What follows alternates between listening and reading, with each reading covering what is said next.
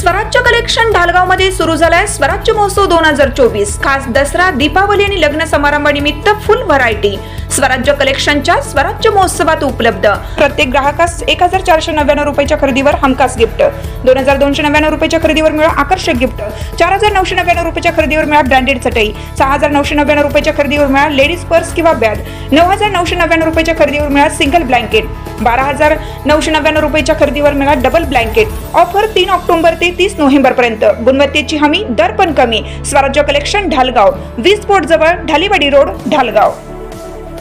घटनेच्या वास्तविकतेची तुलना थेट पाहत रहा सांगली अपडेट। सांगली जिल्ह्यातील द्राक्ष बागायतदार फसवणूक प्रकरणी तक्रारदार शेतकरी आणि पोलीस प्रशासनाची पालकमंत्र्यांच्या उपस्थितीत बैठक। पोलीस टास्क फोर्स गठीत करण्याचे आदेश। मार्केट कमिटी नाहरकत दाखला व्यापाऱ्यांना बंधनकारक, पालकमंत्र्यांची माहिती। सांगली जिल्ह्यातील द्राक्ष बागायतदारांची व्यापाऱ्यांकडून 250 कोटीपेक्षा जास्त रकमेची फसवणूक झाली आहे।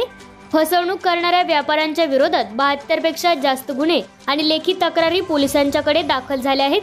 फसवणूक करणाऱ्या व्यापाऱ्यांचा शोध तसेच द्राक्ष बागायतदारांची फसवणूक परत होऊ नये याबद्दल राज्य सरकारकडून कायदा करण्यात यावा अशी मागणी द्राक्ष बागायतदारांनी केली होती।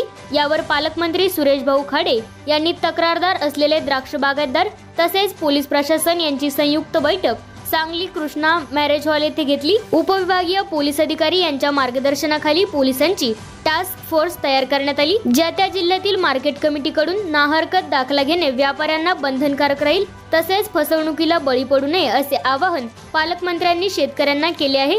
यावेळी युवा नेते Rohit R Patil, upper police अधीक्षक रितू खोकर, उपविभागीय पोलीस अधीक्षक प्रणिल गिल्डा, सांगली जिल्ह्याचे DDR मंगेश सुरवसे, अनिल नरोटे, राजेंद्र माळी, हिम्मत पाटील, करोली सांगली कृषी उत्पन्न बाजार समितीचे सभापती सुजय नाना शिंदे, तासगाव कृषी उत्पन्न बाजार समितीचे सभापती युवराज दादा पाटील, सांगली द्राक्ष बागायतदार संघाचे अध्यक्ष दत्ताजीराव पाटील यांच्यासह शेतकरी उपस्थित होते। पर्यंत असं घडत होतं की शेतकऱ्यांची फसवणूक व्हायची, त्यामध्ये द्राक्ष बागायत असू द्या, त्यामध्ये बाकी सगळे नाशवंत जे आपले भाजीपाला असेल ह्या दृष्टिकोनातून त्यापासून व्यापारी यायचे शेतकऱ्याला आमिष दाखवायचे, आमिष दाखवून त्याचा माल घेऊन जायचे आणि माल घेऊन गेल्यानंतर पैशासाठी पुन्हा मग तो मिळत नव्हते पैसे। अशा तक्रारी बऱ्याच आल्या। अशा जवळजवळ तक्रारी 51 तक्रारी आमच्याकडे नोंदवल्या। पहिल्या तक्रारी आमच्याकडे आल्या, पोलीस स्टेशनला आल्या, त्यावरती कारवाई चालू झालेली आहे। दुसऱ्या तक्रारी आता आमच्याकडे आलेल्या त्याची कारवाई आम्ही ताबडतोब करणार आहे। त्यासाठी आपण एक टास्क फोर्स म्हणून एक आपलं युनिट असतं पोलीस स्टेशन पोलीस डिपार्टमेंटचं टास्क फोर्स युनिट आपण एक तयार करतो। त्यासाठी DYSP म्हणून एक इंचार्ज असतील आणि त्याची फौज असेल आणि ती फौज असताना ते सगळं कार्यक्रम करतील। अशा तक्रारीनंतर आपल्याला त्यामध्ये ते सहकार्य करण्याची भूमिका धरतील।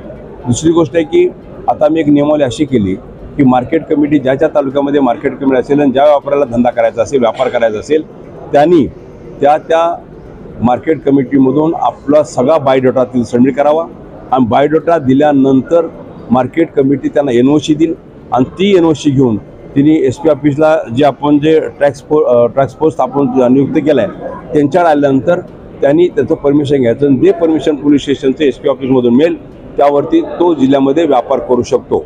त्याच्या दुसऱ्या कोणालाही व्यापार करायचा अधिकार आपण देणार नाही। हे एक आम्ही आता इथं तयार केलं।